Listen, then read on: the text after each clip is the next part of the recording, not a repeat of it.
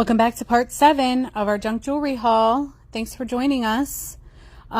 First up is a watch face. I will keep this. I will take this apart and I will love it. I have a huge collection of watch faces that I use in my jewelry art.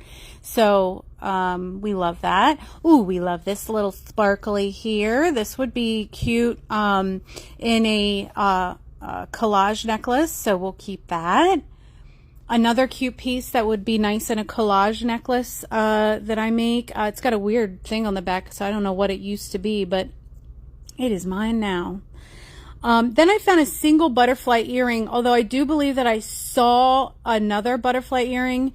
There's some like weird chain dangled, wrapped up in it. I'm just gonna, it doesn't come out, so I'll fix it later. That's what happens in a junk jewelry jar when things are being tossed around.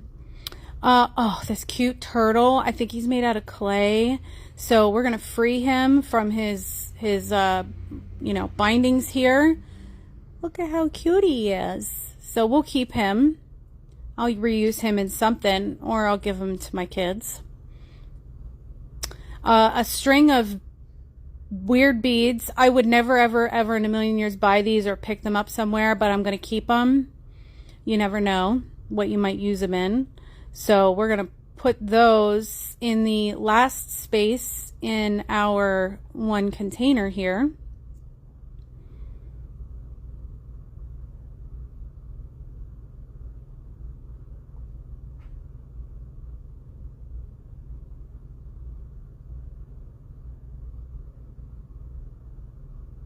Yep, that works. Cool. So it's full. We'll get another one. And hello, a metal pea pod. That was in the junk jewelry jar. I mean, come on. It's got a hole in it. It could be hung on a necklace. I do not yet know what I'm going to do with it. I am keeping it. It is mine. I will love it forever. It's just so cute.